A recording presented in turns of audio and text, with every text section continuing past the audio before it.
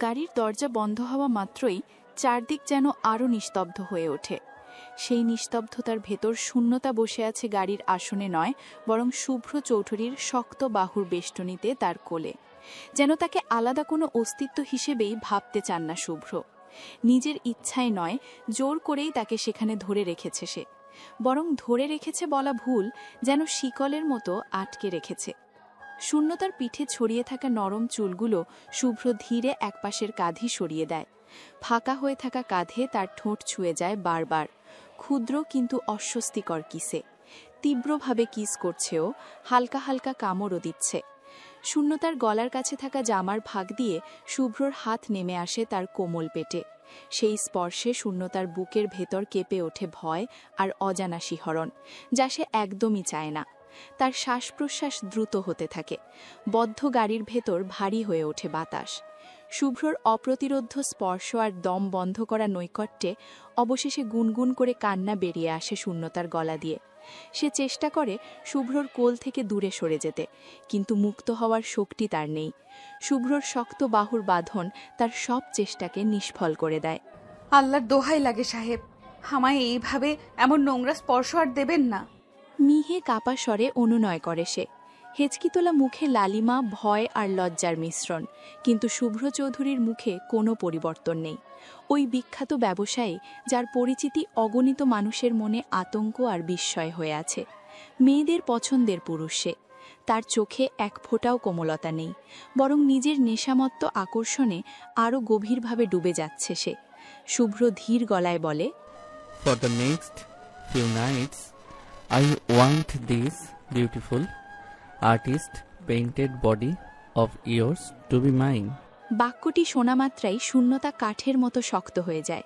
সে তড়িঘড়ি পেছনে সরে যাওয়ার চেষ্টা করে, কিন্তু ঠিক সেই মুহূর্তেই তার মুখ শুভ্রর মুখের সাথে ধাক্কা লেগে যায় অপ্রত্যাশিতভাবে। ঠোঁটের ঠোঁটে আঘাত লাগে দুজনের। শূন্যতার চোখ বড় হয়ে যায়, ভয়ার্ত বিস্ময়ে। শুভ্র সে হাসে, একটা শান্ত, অদ্ভুত দখলদার হাসি। এক মুহূর্ত নষ্ট না করে শুভ্র তার কোমর চেপে ধরে আরও কাছে টেনে আনে। তার ঠোঁট শূন্যতার কাপা ঠোঁট ছুঁয়ে যায় আবার। এবার ধাক্কায় নয়, পুরোটাই শুভ্রর ইচ্ছায়। কিসের ফাঁকে ধীর গলায় বলে সে, I like your beautiful lips. শূন্যতার বুক ধরফর করতে থাকে। গাড়ির ভেতর যেন আরেকবার আটকে যায় পুরো পৃথিবী। শূন্যতা যেন শুভ্রর এমন কথার জন্য মোটেও প্রস্তুত ছিল না। হঠাৎ কঠিন কণ্ঠে উচ্চারিত শব্দগুলো তাকে ভিতর থেকে কাঁপিয়ে দেয়। কাপা ঠোঁট দুটো হাতের উল্টো পৃষ্ঠ দিয়ে মুছতে মুছতে অসহায়ের মতো চোখ তুলে বলে, আমি আপনার এক রাতের সঙ্গী হয়েছি বলে আগামী রাতগুলোও হব এমনটাই ভেবেছেন? আমি কোনো বাজারের পণ্য নই সাহেব, যাকে ইচ্ছা মতো ব্যবহার করে ফেলে দেওয়া যায়। শুভ্র ঠান্ডার নির্লিপ্ত মুখে তাকিয়ে থাকে। চোখে তার কোনো অনুতাপ নেই, বরং এক ধরনের চওড়া অহংকার। তার ঠোঁটের বাঁকে জমে ওঠা নির্মম হাসি নিয়ে বলে, You may not be a product from the market, but you did become my one-night prostitute.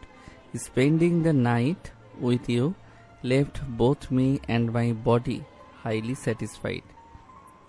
I will need this body of yours again. শুভ্রর কথাগুলো ছুরির মতো বিঁধে যায় শূন্যতার বুকের ভেতর। কিন্তু এবার সে আগের অসহায় মেয়েটি নয়। এইবার তার চোখে উঠে আসে অন্যরকম দৃঢ়তা।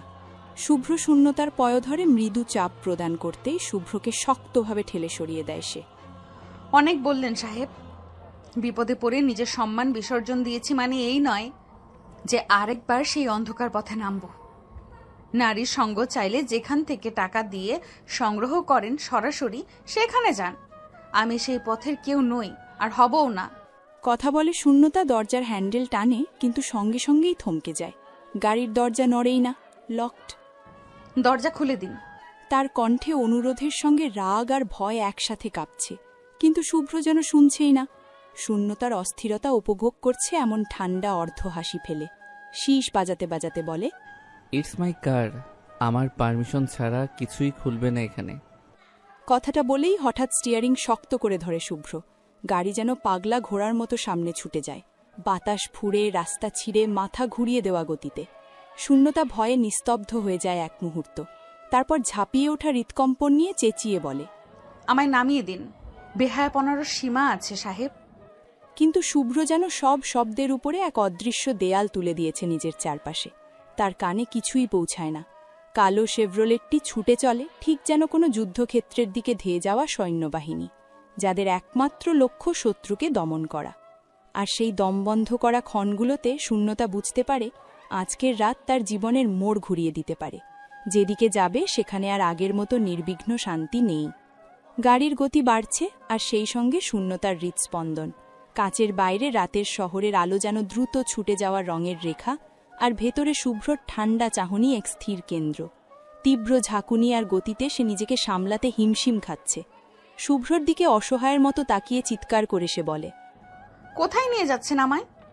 আমার কথা আপনার কানে ঢুকছে না? আমি আপনার থেকে অনেক বড়। এই জঘন্য কাজগুলো করার আগে আপনার মনে একটুও বাজছে না? শুভ্র স্টিয়ারিংয়ে এক হাত রেখেই এক ঝলক শূন্যতার দিকে তাকায়। তার চোখে উপহাসের এক ঝলকানি। বয়স দিয়ে আমার চাহিদা ঠিক হয় না ম্যাডাম, আর বাধাবাধি আমার জীবনে আমি যা চাই তাই করি। আপনার শরীর আমার প্রয়োজন, আর সেই প্রয়োজন মেটানোর ক্ষমতা আমার আছে।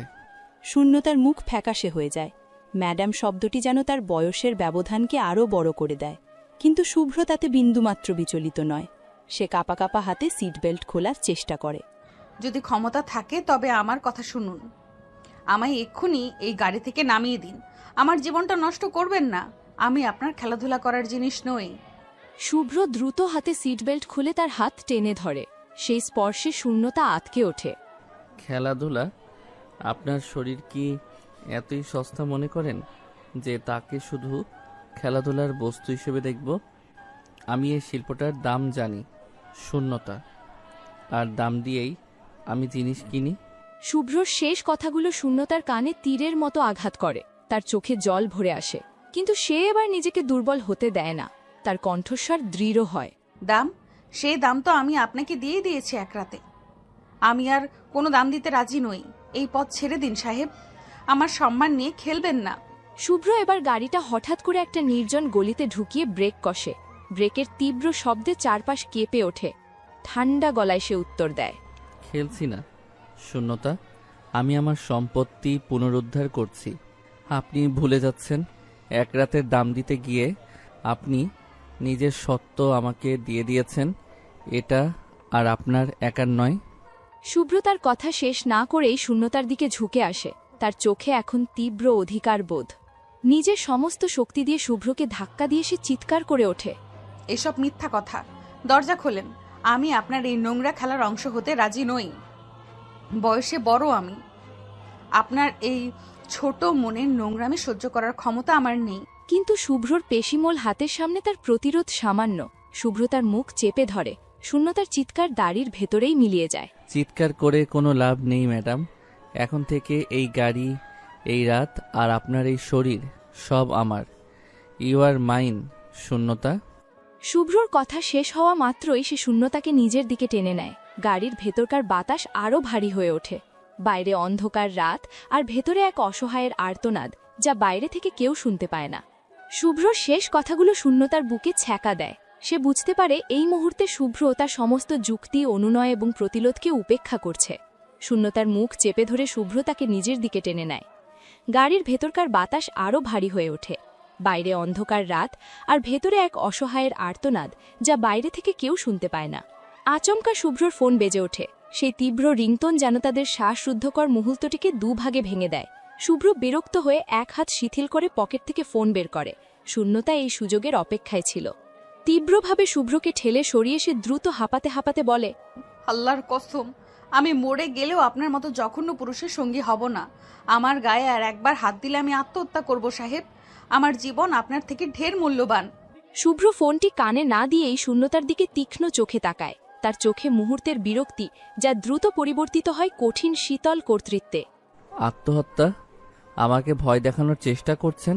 আপনি কি মনে করেন আমি আপনার এই কথার উপর ভরসা করে আপনাকে ছেড়ে দেব?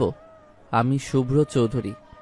আমার সম্পত্তি রক্ষার জন্য আমি যে কোনো আইনি ব্যবস্থা নিতে পারি।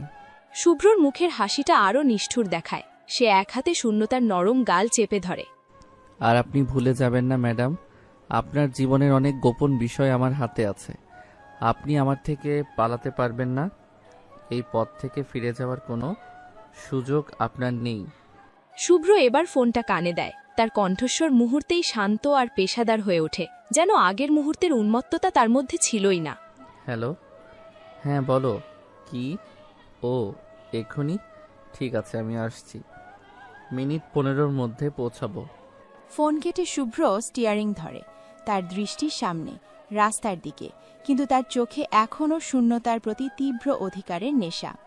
শান্ত অথচ কঠিন গলায় সে শূন্যতাকে বলে, আপনার ভাগ্য ভালো যে এখন একটা জরুরি কাজ পড়ল, নইলে আপনার আজকের রাতটা আর আমার কথার উপর নির্ভরশীল হতো না। শূন্যতা সুযোগ পেয়ে দ্রুত কোণ ঘেঁষে সরে বসে, তার সারা শরীর কাঁপছে। যদি সামান্যতম মানবতা আপনার ভেতরে থাকে তবে আমাকে আমার গন্তব্যে নামিয়ে দিন প্লিজ।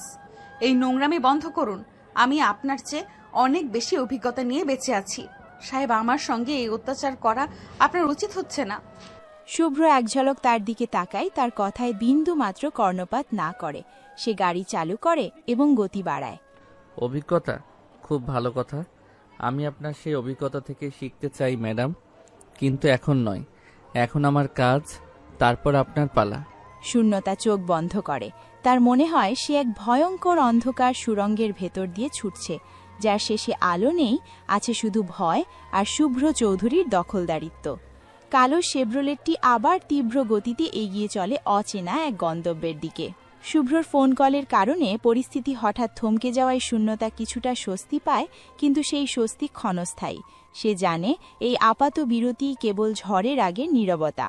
তীব্র গতিতে ছুটতে থাকা গাড়ির জানালা দিয়ে বাইরের আলো আধারি দেখতে দেখতে সে তার ভাগ্যকে অভিশাপ দিতে থাকে। কিছুক্ষণের মধ্যেই শুভ্রর কালো শেভরোলেটটি শহরের প্রধান পথ ছেড়ে একটি উঁচু পাঁচিল ঘেরা বিশাল গেটের সামনে এসে দাঁড়ায়। গেটের বাইরে সশস্ত্র নিরাপত্তা প্রহরী। গেট খুলে গাড়িটি যখন ভেতরে প্রবেশ করে, শূন্যতার বুক ধড়ফড় করে ওঠে। ফিসফিস করে সে জিজ্ঞেস করে, এটা কোথায় নিয়ে এলেন? এটা তো কোনো থাকার জায়গা মনে হচ্ছে না। শুভ্র স্টিয়ারিংয়ে হাত রেখে সামনে বিশাল প্রাসাদোপম বাড়িটির দিকে তাকিয়ে মৃদু হাসে। সেই হাসি শূন্যতার মনে আরও বেশি আতঙ্ক সৃষ্টি করে। এটা আমার নতুন প্রজেক্ট ম্যাডাম। শহরের বাইরে আমার ব্যক্তিগত জায়গা। আপাতত এই প্রজেক্টের জরুরি কাজ সারতে এসেছি, আর এইখানেই আপনি আমার সঙ্গে থাকবেন। শূন্যতা দ্রুত মাথা নাড়ে, তার চোখে ভয়ের রেশ। না না, আমি থাকবো না। আপনি আমাকে এক্ষুনি আমার বাসায় দিয়ে আসুন। আপনার যা জরুরি কাজ আপনি সেটা করুন। আমাকে এই অন্ধকার অচেনা জায়গায় রেখে যাবেন না। শুভ্র এবার দ্রুত গিয়ার পরিবর্তন করে, তার দৃষ্টিতে কোনো কোমলতা নেই।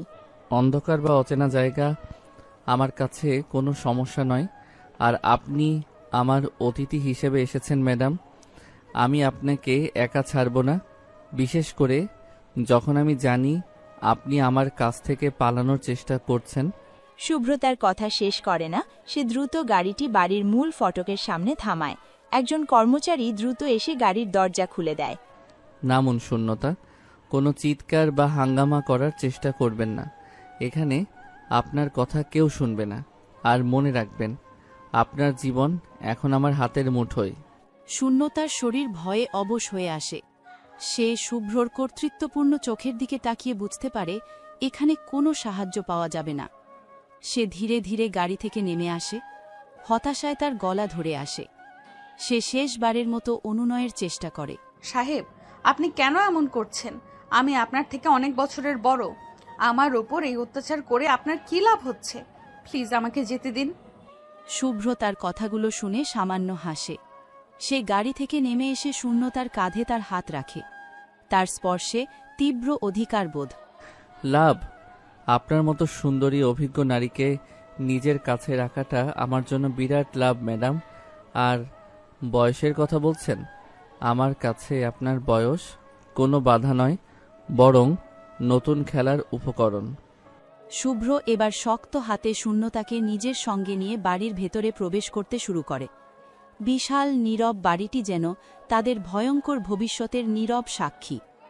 শূন্যতা জানে এই দরজার ওপারে তার জন্য অপেক্ষা করছে আরও এক কঠিন রাত। কর্মচারীর দিকে তাকিয়ে আদেশ করে, ওর জন্য দোতলার উত্তর পশ্চিমের ঘরটা প্রস্তুত করো। ভালো করে খেয়াল রাখবে উনি যেন এক পাও বাইরে যেতে না পারেন। উনি আমার বিশেষ অতিথি। শুভ্রর কথা শুনে শূন্যতার চোখ বন্ধ হয়ে যায়। তার সমস্ত আশা যেন নিভে যায়। শুভ্র তাকে সিঁড়ির দিকে নিয়ে যেতে থাকে। শুভ্রর নির্দেশের পর শূন্যতাকে দোতলার একটি বিলাসবহুল ঘরে নিয়ে যাওয়া হল। ঘরটি আধুনিক আসবাবপত্র এবং দামি জিনিসপত্রে সজ্জিত, কিন্তু শূন্যতার কাছে তা সোনার খাঁচার চেয়ে কম নয়। তার চারপাশে শুধু ভয় আর অনিশ্চয়তা। শুভ্র দরজার কাছে দাঁড়িয়ে কর্মচারীকে শেষবারের মতো সতর্ক করে দেয়। দরজা বাইরে থেকে বন্ধ করে দাও, কিন্তু বাইরে দুজন লোক সার্বক্ষণিক নজরে রাখবে। আমার পারমিশন ছাড়া একটা মশা মাছিও যেন এ ঘরের ভেতরে বা বাইরে না যায়। কর্মচারী মাথা নেড়ে দ্রুত নির্দেশ পালন করে। দরজা বন্ধ হওয়ার বিকট শব্দে শূন্যতা কেঁপে ওঠে। সে দ্রুত দরজার দিকে ছুটে গিয়ে হ্যান্ডেল ধরে। লক করা। কাঁপতে কাঁপতে সেই শুভ্রর দিকে ফেরে। তার চোখে এখন অনুনয় নয়, তীব্র ঘৃণা। আপনার সাহস দেখে আমি অবাক হচ্ছি। আমি কোনো অপরাধী নই যে আমাকে এভাবে বন্দি করে রাখবেন। এক্ষুনি দরজা খুলুন। শুভ্র শান্ত পায়ে ঘরের মাঝখানে রাখা সোফার দিকে এগিয়ে যায় এবং বসে পড়ে। তার মুখে সেই ঠান্ডা অহংকারী হাসি। সে পকেট থেকে একটি সিগারেট বের করে ধরায়। অপরাধী আপনি নন ম্যাডাম, কিন্তু আপনি আমার দখলকৃত সম্পদ, আর আমি আমার সম্পদকে সুরক্ষিত রাখতে ভালোবাসি, বিশেষ করে যখন সে পালানোর চেষ্টা করে। শুভ্র সিগারেটে একটি দীর্ঘ টান দিয়ে ধোঁয়া ছাড়ে। ঘরের বাতাস সিগারেটের কড়া গন্ধে ভরে ওঠে। শূন্যতার দম বন্ধ হয়ে আসে। সম্পদ? আমি কোনো জড়বস্তু নই। আমি আপনার চেয়ে বয়সে বড় একজন নারী। আমার একটি সামাজিক সম্মান আছে, একটি জীবন আছে। আমার জীবনটা এভাবে নষ্ট করার অধিকার আপনাকে কে দিয়েছে? শুভ্র সিগারেটের ছাইদানিতে ছাই ঝেড়ে চোখ তুলে তাকায়। তার চাহনিতে কোনো আবেগ নেই। অধিকার আমি নিজেই তৈরি করে নেই শূন্যতা। আর আপনার সেই জীবনের সামাজিক সম্মান যখন আপনি টাকার বিনিময়ে আমার কাছে বিক্রি করেছিলেন, তখন একবারও ভাবেননি? শুভ্রর এই কথাগুলো শূন্যতার আত্মসম্মানে তীব্র আঘাত হানে। তার চোখ জ্বলে ওঠে। সে শুভ্রর দিকে তীব্র ঘৃণা নিয়ে এগিয়ে যায়। হ্যাঁ, করেছিলাম, কিন্তু সেটা ছিল এক রাতের জন্য। আমার একটা জরুরি প্রয়োজন ছিল, তাই আমি সেরকম সিদ্ধান্ত নিয়েছিলাম। তার মানে এই নয় যে আপনি আমাকে চিরতরে কিনে নিয়েছেন। শুভ্র উঠে দাঁড়ায়। তার উচ্চতা শূন্যতার ওপর কর্তৃত্বের ছায়া ফেলে। সে ধীরে ধীরে শূন্যতার দিকে এগিয়ে যায়। চিরতরে কেন, হয়তো না, তবে আমি আপনাকে যতক্ষণ চাই ততক্ষণ আমার কাছে রাখব। আপনি ভুলে যাবেন না আপনি আমার চাহিদা মিটিয়েছিলেন। এখন আমার আবার সেই চাহিদা জেগেছে, আর তা মেটানোর দায়িত্ব আপনার। শূন্যতা দ্রুত দুপা পিছিয়ে যায়। তার মনে হয় দেয়ালগুলো যেন তাকে চেপে ধরছে। সে ভয়ে কাঁপতে কাঁপতে তার মুখের ওপর হাত রাখে। আল্লাহর দোহাই লাগে, আমাকে ছেড়ে দিন। আমার বয়সের দিকে একবার দেখুন। আমি আপনার মায়ের বয়সীও হতে পারি। এই নোংরামি বন্ধ করুন। শুভ্র তার মুখের কাছে ঝুঁকে আসে। তার চোখে এখন তীব্র নেশা। সে ফিসফিস করে কথা বলে। বয়স? আপনি তো বললেন আপনার অভিজ্ঞতা অনেক বেশি, আর আমার কাছে সেই অভিজ্ঞতাটাই এখন সবচেয়ে আকর্ষণীয়। আপনি দেখুন ম্যাডাম, আপনি আমার এই চাহিদাকে আর কতক্ষণ অস্বীকার করতে পারেন? শুভ্র শূন্যতার হাত ধরে তাকে টেনে তার শরীরের খুব কাছাকাছি নিয়ে আসে। শূন্যতার সব প্রতিরোধ যেন ভেঙে যায়। সে চিৎকার করতে চেয়েও পারে না। তার চোখ দিয়ে শুধু জল গড়িয়ে পড়ে। তার মনে হয় সে এক ভয়ঙ্কর ফাঁদে আটকে গেছে, যেখান থেকে তার মুক্তি নেই। শুভ্রর হাতের তীব্র টানে শূন্যতার শরীর শুভ্রর কঠিন বুকের কাছে এসে পড়ে। তার সমস্ত প্রতিরোধ মুহূর্তের জন্য থেমে যায়। শুভ্র তার কাঁপা ঠোঁটের কাছাকাছি নিঃশ্বাস ফেলে। তার শরীর থেকে আসা কড়া পারফিউমের গন্ধে শূন্যতার মাথা ঘুরতে থাকে। শুভ্র শূন্যতার চিবুক তুলে ধরে, যাতে সে সরাসরি তার চোখে চোখ রাখতে বাধ্য হয়। কান্না বন্ধ করুন। আপনার চোখের জল আমার কাছে কোনো মূল্য বহন করে না শূন্যতা। আমি যা চাই তা পেতে অভ্যস্ত, আর আপনি জানেন আমার এই চাহিদার সামনে আপনার সমস্ত প্রতিবাদ মূল্যহীন। শূন্যতা চোখ বন্ধ করে। তার মনে হয় শুভ্রর এই শীতল কর্তৃত্বপূর্ণ কণ্ঠস্বর যেন তার শেষ ইচ্ছাশক্তিটুকুও কেড়ে নিচ্ছে। সে নিজেকে শুভ্রর হাত থেকে মুক্ত করার জন্য আবার সামান্য চেষ্টা করে। ক্ষীণ স্বরে সে বলে, আমি জানি আপনি প্রভাবশালী সাহেব, কিন্তু প্রভাব খাটিয়ে আপনি একটি নারীর ইচ্ছেকে দমন করতে পারেন না। আমি আপনার কাছে দয়া ভিক্ষা করছি। শুভ্র সামান্য হাসে। তার সেই হাসি করুণার নয়, বরং এক ভয়ঙ্কর খেলার সূচনার ইঙ্গিত। দয়া, আমার অভিধানে এই শব্দটি নেই ম্যাডাম। আর আপনি একটি জিনিস ভুল করছেন। আমি আপনার ইচ্ছাকে দমন করতে আসিনি। আমি এসেছি আপনার ইচ্ছাকে আমার কাছে সমর্পণ করাতে। শুভ্র তাকে আরও কাছে টেনে নেয়। শূন্যতার হৃৎপিণ্ড যেন দ্রুত তালে ঢোল বাজাচ্ছে। সে অনুভব করে এই মুহূর্তে তার শারীরিক শক্তি, তার বয়স, তার সব পরিচয় শুভ্রর সামনে তুচ্ছ। যদি আপনার কোনো গুরুত্বপূর্ণ কাজ থেকে থাকে তবে আপনি বরং যান, আমাকে একা থাকতে দিন। আমি আপনাকে কথা দিচ্ছি, আমি কোনো গোলমাল করব না।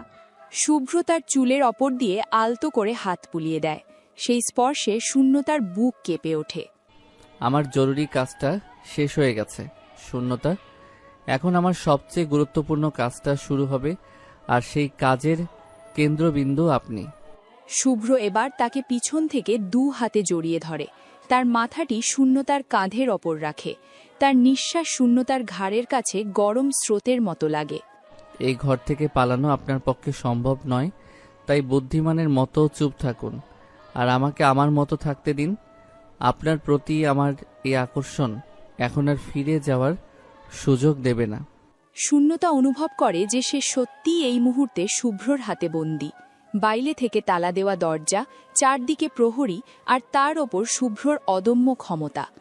তার শারীরিক প্রতিরোধ ভেঙে গেলেও তার ভেতরের আত্মসম্মান এখনও লড়ে যাচ্ছে। কিন্তু সেই লড়াইয়ে তার জয় নিশ্চিত নয়। সে নীরবে শুভ্রর বাহুবন্ধনে দাঁড়িয়ে থাকে। তার ভবিষ্যতের ওপর আর তার কোনো নিয়ন্ত্রণ নেই। শূন্যতার শরীর কাঁপছিল, শুধু শুভ্রর নৈকট্যে নয়, বরং তার অতীতের এক শীতল স্মৃতিতে। শুভ্রর শক্ত বাহুর বাঁধন যেন তাকে খেলে দিচ্ছিল সেই অতল অন্ধকারে, যেখান থেকে সে বহু কষ্টে আলোয় ফিরে এসেছিল। ঘরের কোণে রাখা একটি ল্যাম্পপোস্টের হলুদ আলো বিলাসবহুল ঘরটির কিছু অংশ আলোকিত করে রেখেছিল, কিন্তু শূন্যতার মনে তখন নেমে এসেছিল এক গভীর অন্ধকার। শুভ্র যখন তার কাঁধের ওপর মাথা রেখে ফিসফিস করে কথা বলছিল, তার কানে তখন বাজছিল অন্য এক কণ্ঠস্বর। সে সময় শূন্যতা নামের মেয়েটির নাম ছিল অন্বেষা। সে ছিল সদ্য কলেজে পা রাখা এক তরুণী, চোখে অসংখ্য স্বপ্ন, আর কপালে বাবার স্নেহ মাখা চুম্বন।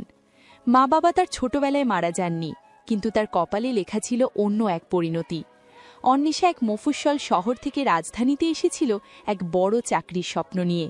স্বপ্ন ছিল একটি ছোট ঘর নেবে, আর রাতের পর রাত জেগে সে সেলাই করে তার মায়ের শেখানো সূচিকর্ম দিয়ে একটি ছোট বুটিক শপ খুলবে। প্রথম কয়েক মাস সে তার এক দূর সম্পর্কের ফুপুর বাড়িতে আশ্রয় পেয়েছিল। ফুপু ছিলেন কঠোর কিন্তু নিরাপদ। অন্বেষা তার স্বপ্নের দিকে এক পা করে এগিয়ে যাচ্ছিল। একটি বেসরকারি কলেজে ভর্তি হয়েছিল, টিউশনি করে হাত খরচ চালাতো, আর রাতে চলত সূচিকর্মের কাজ। সবকিছুই ঠিকঠাক চলছিল, কিন্তু নিয়তির চাল ছিল ভিন্ন। ফুপুর ছেলে রফিক অন্বেষা থেকে বয়সী বছর 5 বড়। আপাত দৃষ্টিতে শান্ত লাজুক রফিক ভিতরে ভিতরে বহন করত এক অন্য রূপ।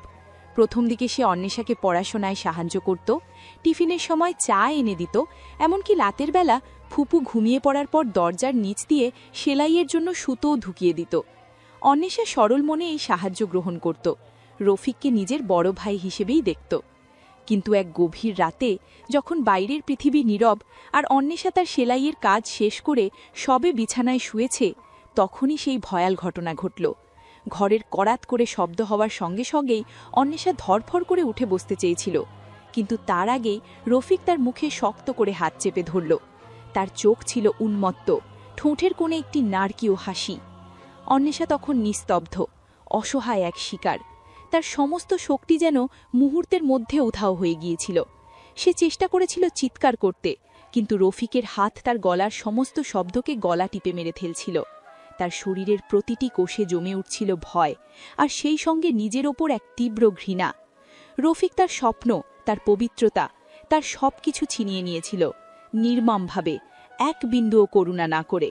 বাইরে থেকে ভেসে আসা রাত পাহারার বাঁশির শব্দ যেন সেই রাতের ঘটনাকে আরও বেশি উপহাস করছিল। সেই রাতের পর অন্বেষা আর আগের মানুষটি রইল না। তার চোখের নিচে নেমে এসেছিল গাঢ় কালি, মুখে এক স্থায়ী ফ্যাকাশে ভাব। তার স্বপ্নের বুটিক, তার সেলাইয়ের সুতো, তার কলেজের বই, সবকিছুই অর্থহীন মনে হতে লাগল। সে তার ফুফুকে বলতে চেয়েছিল, কিন্তু রফিকের হুমকি তাকে থামিয়ে দিয়েছিল। রফিকের চোখ যেন সর্বদা তাকে অনুসরণ করত। সেই ভয়াল রাতের স্মৃতি তাকে প্রতি মুহূর্তে তাড়া করে ফিরত। অন্বেষা নিজেকে নোংরা, অস্পৃশ্য মনে করতে শুরু করল। ঘটনার এক সপ্তাহ পরে রফিক স্বাভাবিকের চেয়েও বেশি হাসি খুশি মুখে অন্বেষার সামনে এসে দাঁড়ায়। কি রে, এখনো সেলাই করছিস? এক রাতে কি এমন হয়ে গেল? মেয়েদের এসব একটু একটু সহ্য করতে হয় জানিস। তুই চুপ করে আছিস বলেই আমার সাহস বেড়ে গেছে। আরও একবার, কি বলিস? রফিকের হাসি আর তার নোংরা ইঙ্গিত অন্বেষার ভেতরে জমে থাকা শেষ প্রতিরোধকেও ভেঙে দিল। সে আর এক মুহূর্তও সেখানে থাকতে পারল না। কাউকে কিছু না জানিয়ে নিজের সেলাই মেশিন আর কিছু জামাকাপড় নিয়ে সে সেই বাড়ি ছেড়ে চলে গেল। সেই রাতের পর অন্বেষা তার নাম বদলে রাখল শূন্যতা। পুরনো শহর, পুরনো পরিচয়, পুরনো স্বপ্ন, সব কিছু সে ফেলে এলো। শূন্যতা, যার মানে ছিল তার ভেতরের শূন্যতা, তার হারিয়ে যাওয়া অস্তিত্ব। সে বুঝতে পারল এই পৃথিবীতে তার কোনো অবলম্বন নেই। তার জীবনটা এখন এক অন্ধকার স্রোতের মতো, যেখানে সে শুধু ভেসে চলেছে। সেলাইয়ের কাজ তার মনে ঘৃণা জন্ম দিয়েছিল, তাই সে বাধ্য হয়ে বেছে নিল বেঁচে থাকার জন্য এক অন্ধকার পথ, এক রাতের সঙ্গী হওয়া। তার কাছে তখন সম্মান বা অসম্মানের চেয়ে বেঁচে থাকাটাই জরুরি ছিল। শুভ্রর হাতের বাঁধন হালকা হতেই শূন্যতা তীব্র এক ঝাঁকুনিতে ফিরে এলো বর্তমানে। তার চোখ তখন জলে ভেজা, শ্বাস প্রশ্বাস দ্রুত। তার ভয়ঙ্কর অতীত আর শুভ্রর বর্তমান দখলদারিত্ব যেন এক হয়ে মিশে গেছে। শুভ্রর বাহুবন্ধনে বাড়িয়েও তার মনে পড়ে গেল সেই রাতের আর্তনাদ, যা কেউ শোনেনি। আমায় যেতে দিন সাহেব, আমার শরীর নোংরা। আমি আপনার বড় বোনের বয়সী। আমার অতীতে আমি ধর্ষিতা হয়েছি। আপনি আমার আরও নোংরা করবেন না। শূন্যতার কণ্ঠস্বর তখনও মৃদু, কিন্তু তাতে ছিল এক মর্মান্তিক সত্যের ভার। শুভ্রর পেশিবহুল হাতের বাঁধন আরও শক্ত হল। শূন্যতার মুখে ধর্ষিতা শব্দটি শোনা মাত্রই শুভ্রর শরীর মুহূর্তের জন্য স্থির হয়ে গেল। তার হাত, যা শূন্যতাকে শক্ত করে ধরে রেখেছিল, তা সামান্য শিথিল হল। তার চোখ শূন্যতার দিকে ঘুরে গেল। সেখানে এখন আর শুধু অধিকার বা নেশা নেই, আছে এক ঝলক গভীর, দ্রুত বিশ্লেষণের দৃষ্টি। এই কথাটি যেন শুভ্র চৌধুরীর সমস্ত অহংকারকে এক নিমেষে ভেদ করে গেল। Don't try to play the victim card madam. এ ধরনের দুর্বল কথা আমার কাছে মূল্যহীন। আপনার অতীত যাই হোক, এখন আপনি আমার কাছে আমার সম্পত্তি। শুভ্র নিজেকে দ্রুত সামলে নিল। তার মুখে আবারও ফিরে এলো সেই কঠিন শীতল ভাব, কিন্তু শূন্যতার চোখ মুখের আতঙ্ক আর কণ্ঠস্বরের ভেতরের সত্যতা তাকে পুরোপুরি উপেক্ষা করতে দিল না। তার মন যেন কোথাও একটা ধাক্কা খেল, তবে সে সেই ধাক্কাকে অগ্রাহ্য করল। আমি মিথ্যা বলছি না সাহেব, আমার জীবনটা এক অন্ধকার গলি। আপনি সেই গলিতে আরও জঞ্জাল ফেলবেন না। আমি আপনার মতো নই। আমি আপনার থেকে অনেক কিছু হারিয়েছি। আপনি যদি মনে করেন আমি সস্তা, তবে ভুল করছেন। আমি তো আপনার থেকে অনেক বেশি দাম দিয়ে আমার জীবন কিনেছি। শূন্যতা চোখ বন্ধ করে কথাগুলো বলল, যেন সে কোনো পাহাড়ের চূড়া থেকে শেষবারের মতো লাফ দিচ্ছে। তার শেষ বাক্যটি শুভ্রর ভেতরে অন্যরকম প্রতিক্রিয়া সৃষ্টি করল। শুভ্র তার হাতের বাঁধন পুরোপুরি ছেড়ে দিল এবং শূন্যতাকে নিজের থেকে সামান্য দূরে ঠেলে দিল। হারিয়েছেন, আর সেই হারানোর যন্ত্রণা ভুলে থাকার জন্যই কি আপনি টাকার বিনিময়ে শরীর বিক্রি করেন? আপনার অতীত আপনাকে সুযোগ দিয়েছে নিজেকে বিক্রি করার, তাই না? নিজেকে পরিশুদ্ধ প্রমাণ করার চেষ্টা করবেন না। শুভ্র দ্রুত গিয়ে সোফায় বসল এবং তার হাতের সিগারেটটা ছাইদানিতে চেপে নিভিয়ে দিল। ঘরের বাতাস এখন আরও বেশি ভারী। তার চোখে এখন রাগ আর এক ধরনের চাপা অস্থিরতা। আমি জানি আমি নোংরা কাজ করেছি, কিন্তু সেটার কারণ ছিল বাঁচা। সে জঘন্য রাতের পর আমার কাছে আর কোনো পথ ছিল না। আমি মানুষের ঘৃণা নিয়ে বাঁচতে চেয়েছিলাম, কারো করুণা নিয়ে নয়। কিন্তু আপনার মতো মানুষ যখন সেই সুযোগ নিয়ে আমার বাকি জীবনটা নষ্ট করতে চান, তখন আমার মনে হয় মরে যাওয়া ভালো। শূন্যতা এবার আর কাঁপছিল না। তার চোখে জমা হওয়া জল যেন তার সমস্ত দুর্বলতাকে মুছে দিয়েছিল। তার কণ্ঠস্বর ছিল দৃঢ়, যা শুভ্রর মতো মানুষকেও কিছুটা হতচকিত করে দিল। শুভ্র তার দিকে কয়েক মুহূর্ত চেয়ে রইল। তার চোখেই প্রথমবার দেখা গেল এক ধরনের দ্বিধা। আপনি নিজেকে খুব শক্তিশালী মনে করছেন শূন্যতা, কিন্তু আপনি জানেন না আমার শক্তির সামনে আপনার এই প্রতিরোধ কত সামান্য। আমি আপনাকে ভালোবাসি না, আমি আপনার শরীর চাই। আর আপনি যতই প্রতিবাদ করুন না কেন, এই ঘর থেকে আমার অনুমতি ছাড়া এক পাও বেরোতে পারবেন না। শুভ্র উঠে দাঁড়াল এবং তার হাতের কাছে রাখা একটি রিমোট দিয়ে ঘরের আলো কিছুটা বাড়িয়ে দিল। আমি আমার জরুরি কাজ সেরে এসেছি, এখন আমার রাত শুরু হবে। আপনার শরীরের যে দাম আমি দিচ্ছি সেটা এক রাতের চেয়ে অনেক বেশি। আপনি ভাবুন, আপনার জীবনের এই অন্ধকার গলি থেকে বেরোনোর জন্য আমার থেকে ভালো রাস্তা আর কোথায় পাবেন? শুভ্র ধীরে ধীরে শূন্যতার দিকে এগিয়ে এলো। তার প্রতিটি পদক্ষেপ শূন্যতার হৃৎস্পন্দন বাড়িয়ে দিচ্ছিল। আমি আপনার নোংরা টাকার বিনিময়ে শান্তি কিনতে চাই না। আমি আপনার সব প্রস্তাব প্রত্যাখ্যান করছি। দয়া করে আমায় জোর করবেন না। আমি আপনার থেকে অনেক বড়। আমার সম্মান নিয়ে খেলবেন না। শূন্যতা দ্রুত হাতে তার গলার কাছে থাকা ওড়নাটা শক্ত করে চেপে ধরল। শুভ্র এসে তার সামনে দাঁড়াল। তার চোখে তখনও সেই শীতল কর্তৃত্ব। আমি আপনার বয়স দিয়ে আপনাকে বিচার করি না শূন্যতা। আর সম্মান, যে সম্মান আপনি স্বেচ্ছায় বিক্রি করেছেন, সেই সম্মান ফেরত দেওয়ার ক্ষমতা আমার নেই। কিন্তু আমি আপনাকে এক রাতের প্রস্টিটিউট থেকে আমার বিশেষ অতিথি করার ক্ষমতা রাখি। চয়েস আপনার। শুভ্র তার কথা শেষ না করেই শূন্যতার চিবুক ধরে আলতো করে উপরে তুলল। শূন্যতা চোখ বন্ধ করে ফেলল। তার মনে হচ্ছিল এই স্পর্শ যেন তার সমস্ত অস্তিত্বকে আবার ভেঙে গুড়িয়ে দিচ্ছে। সে নীরবে শুভ্রর কঠিন স্পর্শের কাছে হার মানল। শূন্যতার নীরবতা শুভ্রর হাতে এক নীরব জয় এনে দিল। কিন্তু এই মুহূর্তে তার মন আর শুধু শরীরী চাহিদায় সীমাবদ্ধ রইল না। শূন্যতার অতীতে ধর্ষিতা শব্দটি যেন তার ভেতরের কোনো পুরনো চাপা পড়ে থাকা তারে আঘাত করল। সে শূন্যতার চিবুক ধরে থাকলেও তার দৃষ্টি ছিল স্থির, যেন সে কোনো সুদূর অতীতে কিছু একটা দেখছে। শুভ্র চৌধুরী, এই নামটা কেবল ব্যবসার দুনিয়ায় নয়, ক্ষমতা আর অদম্য ইচ্ছাশক্তির এক প্রতীক। বর্তমানে সে দেশের অন্যতম প্রভাবশালী রিয়েল এস্টেট এবং প্রযুক্তি টাইকুন। মাত্র ৩৫ বছর বয়সে সে এমন এক সাম্রাজ্য গড়ে তুলেছে যেখানে তার প্রতিদ্বন্দ্বী খুঁজে পাওয়া কঠিন। তার জীবন বাইরের মানুষের কাছে ঝলমলে, বিলাসবহুল এবং ঈর্ষণীয়, কিন্তু তার এই সাফল্যের পেছনে লুকিয়ে আছে এক শীতল অতীত এবং এক অস্থির বর্তমান। শুভ্রর পরিবার ছিল আভিজাত্য এবং অর্থের প্রাচীর দিয়ে ঘেরা। তার বাবা প্রতাপ চৌধুরী ছিলেন দেশের একজন প্রখ্যাত শিল্পপতি। প্রতাপ চৌধুরী টাকা আর ক্ষমতাকে ভালোবাসতেন, কিন্তু তার সন্তানদের প্রতি তার ভালোবাসা ছিল শর্ত সাপেক্ষ। তারা সবসময় সেরা হবে এবং তার ইচ্ছে পূরণ করবে। শুভ্র ছিল তার বড় ছেলে। ছোটবেলা থেকেই তার ওপর চাপানো হয়েছিল উত্তরাধিকারের বোঝা, খেলার ছলে নয়, কঠোর প্রশিক্ষণের মাধ্যমে। অতীতের স্মৃতিতে, বাবা, আমি ছবি আঁকতে চাই, ইকোনমিক্স আমার ভালো লাগে না। ফালতু কথা ছাড়ো শুভ্র। চৌধুরী সাম্রাজ্যের উত্তরাধিকারী শিল্পীর রং নিয়ে খেলার সময় নেই। তুমি ব্যবসা হিসাব শিখবে। আবেগ দিয়ে এই সাম্রাজ্য গড়া হয়নি। শুভ্রর মা বীণা চৌধুরী ছিলেন সেই প্রাসাদের নীরব রানী। স্বামী এবং ছেলের মাঝে তিনি ছিলেন এক প্রকার দর্শক। স্বামীর ভয়ে তিনি কখনোই শুভ্রর পাশে দাঁড়াতে পারেননি, কিন্তু সন্তানের প্রতি তার গভীর ভালোবাসা ছিল চাপা। শুভ্র যখন ছোট ছিল তখন সে গভীর রাতে মায়ের কাছে এসে কান্নার সময় সান্ত্বনা পেত, কিন্তু একসময় সেই সান্ত্বনাও অপ্রয়োজনীয় হয়ে উঠল, কারণ শুভ্র শিখে গেল আবেগ লুকিয়ে রাখতে। শুভ্রর একটি ছোট বোন ছিল, অরুণিমা। অরুণিমা ছিল ঠিক শুভ্রর উল্টো, প্রাণবন্ত, হাসি খুশি এবং শিল্প ভালোবাসত। অরুণিমা ছিল শুভ্রর একমাত্র দুর্বলতা, একমাত্র জায়গা যেখানে সে নিজেকে স্বাভাবিক মানুষ হিসেবে দেখতে পেত। কিন্তু অরুণিমা যখন মাত্র ১৫ বছর বয়সে এক সড়ক দুর্ঘটনায় মারা যায়, তখন শুভ্রর ভেতরের মানুষটা পুরোপুরি মরে যায়।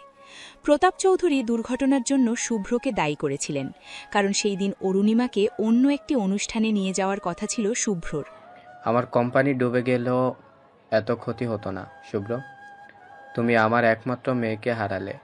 তোমার জীবনে আর কোনো মূল্য নেই যদি না তুমি এই সাম্রাজ্যকে ১০ গুণ বড় না করো। প্রতাপ চৌধুরীর এই কথাগুলো শুভ্রর মনে গভীর ক্ষত তৈরি করেছিল। শোকের পাশাপাশি যোগ হয়েছিল অপরাধবোধ। সেই দিন থেকে শুভ্র নিজেকে একটি শীতল নিখুঁত মেশিনে পরিণত করল। তার সমস্ত আবেগ, ভালোবাসা, মমতা সবকিছু সে ব্যবসার বিশালত্বের নিচে চাপা দিয়ে দিল। সে বুঝতে পারল দুর্বলতা মানেই হার, আর শুভ্র চৌধুরী কোনো খেলায় হারতে পারে না। বর্তমানে শুভ্র চৌধুরী বিশাল সাম্রাজ্যের একক অধিপতি। প্রতাপ চৌধুরী এখন বৃদ্ধ এবং অসুস্থ, বেশিরভাগ ক্ষমতা শুভ্রর হাতেই। তার জীবন এখন শত শত প্রজেক্ট, আন্তর্জাতিক ডিল এবং অন্তহীন ক্ষমতার খেলা। কিন্তু এত সাফল্যের পরেও তার ভেতরে রয়ে গেছে এক গভীর শূন্যতা, যা সে পূরণ করতে চায় চরম দখলদারিত্ব এবং নিয়ন্ত্রণের মাধ্যমে। নারী তার জীবনে এসেছে অসংখ্য, কিন্তু প্রত্যেকেই ছিল ক্ষণস্থায়ী খেলার পুতুল মাত্র। সে নারীদের সৌন্দর্যের দাম দেয়, কিন্তু তাদের অনুভূতি বা ইচ্ছাকে গুরুত্ব দেয় না। সে যা চায় তা জোর করে হলেও অর্জন করে, কারণ ছোটবেলায় তাকে শেখানো হয়েছিল চৌধুরীরা যা চায় তা তাদের প্রাপ্য।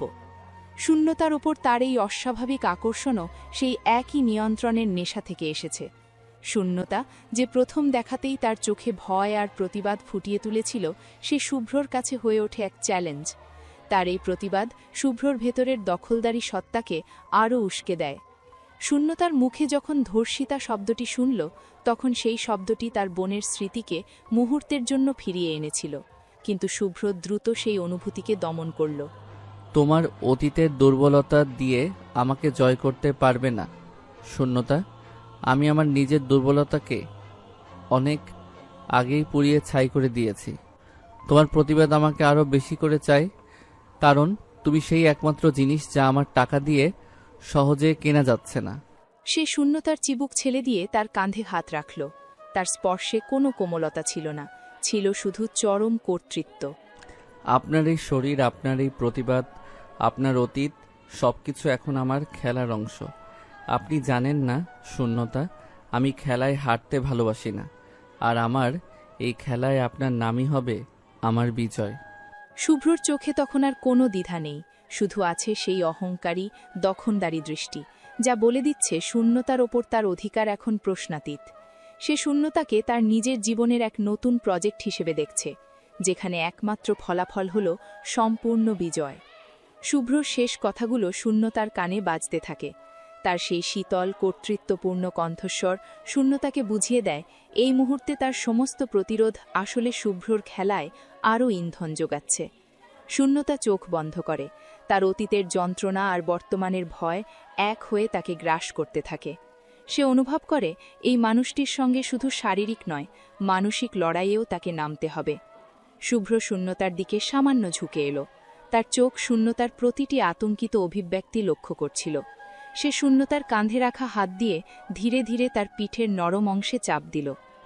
কান্না থামান শূন্যতা, আপনার চোখের জল আমার উপর কোনো প্রভাব ফেলবে না, বরং আপনার এই দুর্বলতা আমাকে আরও বেশি করে উস্কে দিচ্ছে। আপনি ভুলে যাবেন না এই ঘরে আপনি সম্পূর্ণ একা, আর আমি যা চাই তা পেতে অভ্যস্ত। শূন্যতা চোখ খুলল। তার চোখে এখন আর শুধু ভয় নেই, আছে এক গভীর চাপা ক্রোধ। সেই মানুষটির সামনে আর নিজেকে সস্তা হতে দেবে না। সে জানে এই মুহূর্তে শক্তি দিয়ে নয়, বুদ্ধি দিয়ে লড়তে হবে। যদি আপনি আমাকে আপনার সম্পত্তি মনে করেন, তবে মনে রাখবেন, কোনো মূল্যবান জিনিসকে জোর করে দখল করলে তার মূল্য কমে যায় সাহেব। আমি আপনাকে একবারই আমার শরীর দিয়েছি, তার দামও আপনি দিয়েছেন। এবার আপনি যা করছেন তা শুধুই অত্যাচার। শূন্যতার দৃঢ় কণ্ঠে শুভ্র সামান্য অবাক হল। তার এই হঠাৎ পরিবর্তন শুভ্রর ভেতরের শিকারী সত্তাকে আরও আকর্ষণ করল। অত্যাচার? আমি এই শব্দটাকে দখলদারিত্ব বলতে বেশি পছন্দ করি। আর মূল্য আপনার মূল্য আমি ঠিক করব শূন্যতা। আমি আমার সাম্রাজ্যের সব কিছুর মূল্য নির্ধারণ করি। শুভ্র তার কথা শেষ করে শূন্যতাকে নিজের থেকে সামান্য দূরে ঠেলে দিল। এরপর সে ঘরে রাখা একটি ইন্টারকম হাতে নিল। আমাকে এক কাপ কড়া কফি আর আপনার জন্য এক গ্লাস গরম দুধ নিয়ে আসো। ইন্টারকম রেখে সে শূন্যতার দিকে ফিরল। আপনি খুব ক্লান্ত, আপনার এখন আরাম দরকার।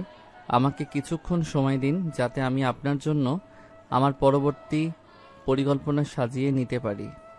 তার আগে আপনার শরীরকে শক্তি দিন। শূন্যতা অবাক হয়ে শুভ্রর দিকে তাকাল। তার এই হঠাৎ শান্ত, কিছুটা অদ্ভুত আচরণ তাকে আরও বিভ্রান্ত করে তুলল। সে বুঝতে পারল না এটি শুভ্রর কোনো নতুন কৌশল নাকি তার ভেতরের কোনো অন্য দিক। আপনি আমাকে কেন এভাবে আটকে রেখেছেন? আমার কাছে তো আপনার চাওয়ার আর কিছুই নেই। আপনি ভুল করছেন। আমার চাওয়ার অনেক কিছু আছে। আপনার বয়স, আপনার অভিজ্ঞতা, আপনার শরীরের সেই রহস্য যা আপনি এত সহজে বিক্রি করতে চাননি, সব কিছুই আমার কাছে নতুন খেলার উপকরণ। আমি চাই আপনি স্বেচ্ছায় আমার কাছে সমর্পণ করুন। শূন্যতা স্থির হয়ে দাঁড়িয়ে রইল, তার চোখ দুটি তখন ঘরের বন্ধ দরজার দিকে। কিন্তু সে জানত পালাবার কোনো পথ নেই, তার সমস্ত শক্তি যেন নিঃশেষ হয়ে গিয়েছে। কিছুক্ষণের মধ্যেই কর্মচারী একটি ট্রলিতে কফি ও দুধ নিয়ে ঘরে ঢুকল। শুভ্র কফির মগ হাতে নিল এবং কর্মচারীকে ইঙ্গিতে ঘর থেকে চলে যেতে বলল। দুধটা খান শূন্যতা, আপনাকে আমার সঙ্গে অনেক রাত জাগতে হবে। শূন্যতা অনিচ্ছা সত্ত্বেও দুধের গ্লাস হাতে নিল। তার মনের ভেতর তখন কেবল একটাই চিন্তা, কিভাবে শুভ্রর এই ক্ষমতার জাল থেকে মুক্তি পাওয়া যায়। আপনি যদি আমাকে সত্যি আপনার সম্পত্তি মনে করেন তবে জেনে রাখুন, সম্পত্তির ক্ষতি হয় না। যদি আমাকে যেতে না দেন তবে আমি এই সম্পত্তি নিজেই নষ্ট করে দেব। শুভ্র নিঃশব্দে কফির মগ থেকে চুমুক দিল। তার চোখ তখনও স্থির, কিন্তু তার ঠোঁটের কোণে ফুটে উঠল এক রহস্যময় হাসি। আত্মহত্যা করে আমাকে ভয় দেখাবেন না ম্যাডাম। আমার মতো ব্যবসায়ী জানে কিভাবে নিজের সম্পদের সুরক্ষা করতে হয়। এই ঘরে এমন কিছু নেই যা দিয়ে আপনি নিজের ক্ষতি করতে পারবেন। আর বাইরে আমার লোক আছে, একটি আঁচড়ও আপনার গায়ে লাগতে দেব না। শুভ্র এবার তার হাতের কফি মগটি টেবিলের উপর রাখল এবং আবার শূন্যতার দিকে মনোযোগ দিল। সে ধীরে ধীরে শূন্যতার দিকে এগিয়ে এসে তার কানের কাছে ফিসফিস করে বলল, আমি আপনাকে ভালোবাসি না শূন্যতা, কিন্তু আমি চাই আমার কাছে আপনি সেই শান্তিটা খুঁজে নিন যা আপনার অতীত আপনাকে দেয়নি। আমার সম্পদকে আমি সম্মান দিয়ে নিজের কাছে রাখি, কিন্তু সেই সম্মান পেতে হলে আপনাকে আমার সম্পূর্ণ নিয়ন্ত্রণ থাকতে হবে। শুভ্র আবার সোফায় হেলান দিয়ে বসল, যেন সে একটি দীর্ঘ আলোচনার জন্য প্রস্তুত। শূন্যতা তার এই মানসিক খেলায় কিছুটা হলেও হতবুদ্ধি। তার মনের ভেতরে এখন কেবল ভয় নয়, বরং এক নতুন ধরনের লড়াইয়ের প্রস্তুতি চলছে। সে জানে এই রাতে তার জীবনের মোড় ঘুরতে চলেছে। সে দুধের গ্লাসটি হাতে শক্ত করে ধরে রইল, যেন সেটাই তার শেষ সম্বল। আপনি কি চান সাহেব? আপনি আমাকে আপনার স্ত্রী বানাতে চান নাকি আপনার খেলার পুতুল? স্পষ্ট করে বলুন, এই দ্বিধা আমার আর ভালো লাগছে না। শুভ্র তার কথা শুনে এবার সত্যি সত্যি হাসল। তার সেই হাসি ছিল বিজয়ের হাসি। স্ত্রী না শূন্যতা, আমার সাম্রাজ্যে স্ত্রী হওয়ার জন্য অন্যরকম ব্যাকগ্রাউন্ড প্রয়োজন হয়। আপনি হবেন আমার গোপন শক্তি, আমার ব্যক্তিগত আকর্ষণ, আমার খেলার পুতুল। আপনি নন, বরং আপনি হবেন সেই অমূল্য পুরস্কার যা আমি বারবার জিততে চাইব। আজ থেকে আপনি আমার প্রজেক্ট শূন্যতা। শুভ্রর এই কথাগুলো শূন্যতার মনে এক গভীর আঘাত হানল। সে বুঝল তার সমস্ত পরিচয়কে মুছে দিয়ে শুভ্র তাকে তার নিজস্ব খেলায় টেনে এনেছে। তার চোখে জল এলেও সে এবার আর কাঁদতে পারল না। তার ভেতরের সমস্ত শক্তি যেন একটি নতুন কঠিন রূপে জমাট বাঁধল। সে প্রস্তুত হলো সেই খেলার জন্য যার পরিণতি শুভ্র চৌধুরী ছাড়া আর কেউ জানে না। এদিকে শুভ্রর চোখের ছায়া যেন অন্যরকম। তার সব কথার সত্যতা আছে কিনা তা সে জানে না। ব্যবসায়িক বুদ্ধিতে মিথ্যা বলেও লাভবান হওয়া যায়। শুভ্র যখন শূন্যতাকে তার প্রজেক্ট শূন্যতা বলে ঘোষণা করল, তখন সেই মুহূর্তে তাদের খেলার সমস্ত নিয়মনীতি যেন বদলে গেল। শূন্যতা বুঝতে পারল তাকে কেবল শরীর দিয়ে নয়, বুদ্ধি এবং মন দিয়ে এই মানুষটিকে পরাজিত করতে হবে। সে দুধের গ্লাসটি ধীরে ধীরে নামিয়ে রাখল এবং নিজেকে মানসিকভাবে শক্ত করে নিল। তাদের এই মানসিক দ্বন্দ্বের মাঝেই হঠাৎ ঘরের পরিবেশ পাল্টে গেল। দরজায় তীব্র নখ হল। শুভ্র বিরক্তিতে কপাল কুঁচকে তাকালো। কে? আমি বলেছিলাম আমার পারমিশন ছাড়া কেউ যেন না আসে। বাইরে থেকে কোনো উত্তর এলো না, বরং দরজা খোলার শব্দ হলো। সঙ্গে সঙ্গে ভেতরে প্রবেশ করল এক সুঠাম আত্মবিশ্বাসী যুবক। তার পরনে ছিল আধুনিক কর্পোরেট স্যুট, মুখে বুদ্ধিমত্তা ও চাপা কৌতুকের মিশ্রণ। তার উপস্থিতি শুভ্রর কর্তৃত্বপূর্ণ পরিবেশে যেন এক অপ্রত্যাশিত ঝড়। দুঃখিত মিস্টার চৌধুরী, কিন্তু এই ধরনের জরুরি অবস্থায় পারমিশন নেওয়া সময় থাকে না। তাছাড়া আপনার সিকিউরিটি ডিটেলস জানে। আমি আপনার জন্য যে কোনো দরজা খুলতে পারি। শুভ্রর কপাল আরও কুঁচকে গেল। সে লোকটির দিকে তীক্ষ্ণ চোখে তাকালো। মিতুল, তুমি এখানে কেন? তোমাকে তো কলকাতায় একটা গুরুত্বপূর্ণ ডিল নিয়ে ব্যস্ত থাকার কথা। যুবকটি হল মিতুল রয়, শুভ্র চৌধুরীর ডান হাত, তার বিজনেস কনসালটেন্ট এবং অত্যন্ত বিশ্বস্ত বন্ধু। মিতুল শুভ্রর থেকে বছর দুয়েক ছোট, কিন্তু তার ঠান্ডা মাথা আর দ্রুত সিদ্ধান্ত নেবার ক্ষমতা শুভ্রর সাম্রাজ্যকে অনেক শক্তিশালী করেছে। ডিলটা শেষ হয়েছে মিস্টার চৌধুরী। আপনার জন্য একটি গুরুত্বপূর্ণ আপডেট আছে। আর হ্যাঁ, সে এক ঝলক শূন্যতার দিকে তাকালো। আমি আপনার বিশেষ অতিথির নাম শুনতে পেলাম। উনি কি সেজন যার জন্য আপনি এত বড় প্রজেক্ট মাঝরাতে ফেলে এলেন? মিতুলের চোখে ছিল এক গভীর বিশ্লেষণ। সে মুহূর্তেই শূন্যতার ভেতরের আতঙ্ক আর শুভ্রর অস্বাভাবিক দখলদারিত্বের বিষয়টা আন্দাজ করে নিল। শূন্যতাও মিতুলের শান্ত আত্মবিশ্বাসী চেহারা দেখে যেন একটু ভরসা পেল, যদিও সে জানত না এই মানুষটি শুভ্রর পক্ষে নাকি বিপক্ষে। মিতুল, এটা ব্যক্তিগত বিষয়, তোমার এখন রুমে থাকা উচিত নয়। কি বলতে এসেছো তাড়াতাড়ি বলো। ব্যক্তিগত বিষয়, কিন্তু জরুরি নয়। আপনি ভুলে যাচ্ছেন,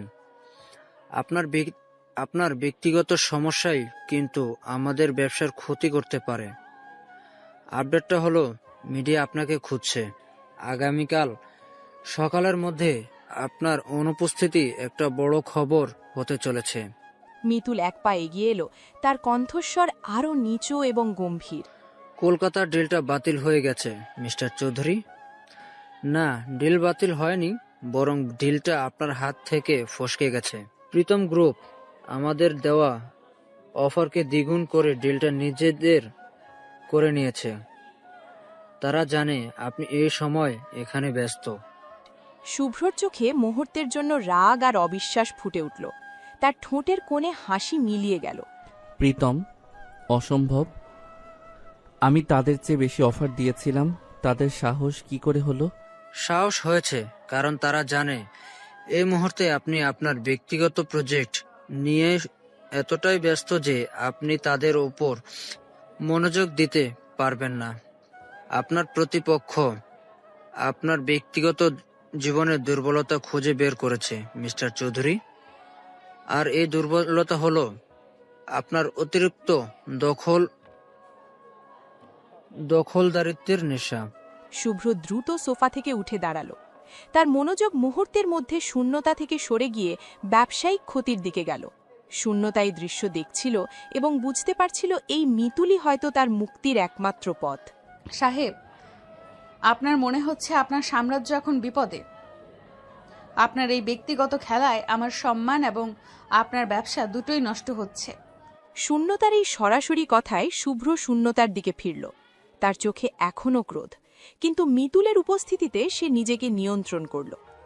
মিতুল, তোমার কি মনে হয় এই সামান্য সমস্যা আমি সামলাতে পারবো না? আপনি অবশ্যই পারবেন, কিন্তু সময় নষ্ট হচ্ছে। আপনার এখন প্রীতম গ্রুপের সঙ্গে কথা বলা দরকার। তাদের জানানো দরকার যে আপনি এখনো খেলায় আছেন।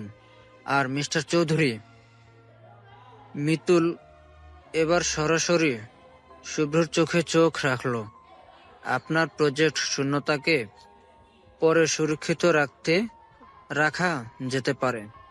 আমার মনে হয় আপনার এখন এমন একজনকে দরকার যে তাকে আপনার জন্য নিরাপদ রাখতে পারবে। মিতুলের এই প্রস্তাবে শুভ্রর চোখ সংকীর্ণ হয়ে গেল। সে ভালো করেই জানে মিতুল রয় তার ব্যবসার প্রতি কতটা অনুগত। তুমি কি বলতে চাইছো মিতুল? আমি চাচ্ছি আপনি আপনার সাম্রাজ্য বাঁচাতে যান, আর আপনার এই সম্পত্তিকে আমার হেফাজতে দিন। আমি তাকে এমনভাবে পাহারা দেব যেন একটা পিঁপড়াও তার কাছে ভিড়তে না পারে। আমি আপনাকে কথা দিচ্ছি, আপনার ফিরে আসার আগ পর্যন্ত সে আপনারই থাকবে, সম্পূর্ণ সুরক্ষিত। মিতুলের কণ্ঠস্বর ছিল শান্ত কিন্তু দৃঢ়। শুভ্র তার দিকে তাকিয়ে রইল। তার মনে তখন ব্যবসা এবং ব্যক্তিগত চাহিদার এক তীব্র সংঘাত চলছিল। শূন্যতা এই সুযোগ কাজে লাগাতে চাইল। সাহেব, আপনার ব্যবসা আপনার জীবনের চেয়েও দামি। আপনার বন্ধু ঠিক বলেছে। আপনি আমাকে এই অবস্থায় বিশ্বাস করতে পারেন। শুভ্র মুহূর্তের জন্য দ্বিধায় পড়ল। অবশেষে তার ভেতরের ব্যবসায়ী সত্তা জয়ী হল। তুমি ঠিক আছো মিতুল, তুমি এর দায়িত্ব নাও, কিন্তু মনে রেখো একটা আচরও যদি এর গায়ে লাগে তবে তোমার এবং এই প্রজেক্টের পরিণতি ভালো হবে না। আপনার সম্পত্তি সম্পূর্ণ সুরক্ষিত থাকবে মিস্টার চৌধুরী, আপনি নিশ্চিন্তে যান। শুভ্র দ্রুত ঘর থেকে বেরিয়ে গেল। তার মাথায় তখন শুধু প্রীতন গ্রুপের ষড়যন্ত্র। দরজা বন্ধ হতেই মিতুল শূন্যতার দিকে ফিরল। তার চোখে এবার আর কোনো কৌতুক বা কড়া বিশ্লেষণ নেই, বরং এক ধরনের চাপা সহানুভূতি। আপনি কি ঠিক আছেন ম্যাডাম? আমি মিতুল রয়, আর আমার মনে হয় আমরা দুজনেই এখন একই সমস্যার শিকার।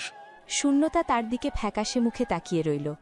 সে জানে সে এক বন্দিদশা থেকে আর এক বন্দিদশায় এসেছে, কিন্তু এই বন্দিত্বে হয়তো একটুখানি মানবতা লুকিয়ে আছে। তার নতুন আশা জন্ম নিল, এই মিতুলই হয়তো শুভ্র চৌধুরীর বাঁধন থেকে তার মুক্তির চাবিকাঠি। মিতুলের সহানুভূতিপূর্ণ কথায় শূন্যতা এক নতুন আশার আলো দেখেছিল। সে বুঝতে পারল মিতুল হয়তো শুভ্রর মতো কঠোর নয়, তার মধ্যে মানবতা আছে। কিন্তু সেই আশার রেশ ক্ষণস্থায়ী হল যখন মিতুল সরাসরি তার অবস্থান স্পষ্ট করে দিল। মিতুল রয় খুব ধীরে শূন্যতার দিকে এগিয়ে এলো। তার মুখে এখন আর কোনো আবেগ ছিল না, কেবল চরম বাস্তবতা। ম্যাডাম, আমি আপনার পরিস্থিতি বুঝতে পারছি, কিন্তু আমি শুভ্র চৌধুরীর দীর্ঘদিনের সঙ্গী। আমার বিশ্বস্ততা প্রশ্নের ঊর্ধ্বে। আমাকে ভুল বুঝবেন না। আপনি যদি আমার কষ্ট বোঝেন তবে আমাকে এখান থেকে পালাতে সাহায্য করুন। আমি এই বন্দিত্বে থাকতে চাই না। আমি জানি আপনি অনেক কিছু পারেন। যদি আমি আপনাকে পালাতে সাহায্য করি তবে আপনি হয়তো বাঁচবেন, কিন্তু আমি বাঁচব না।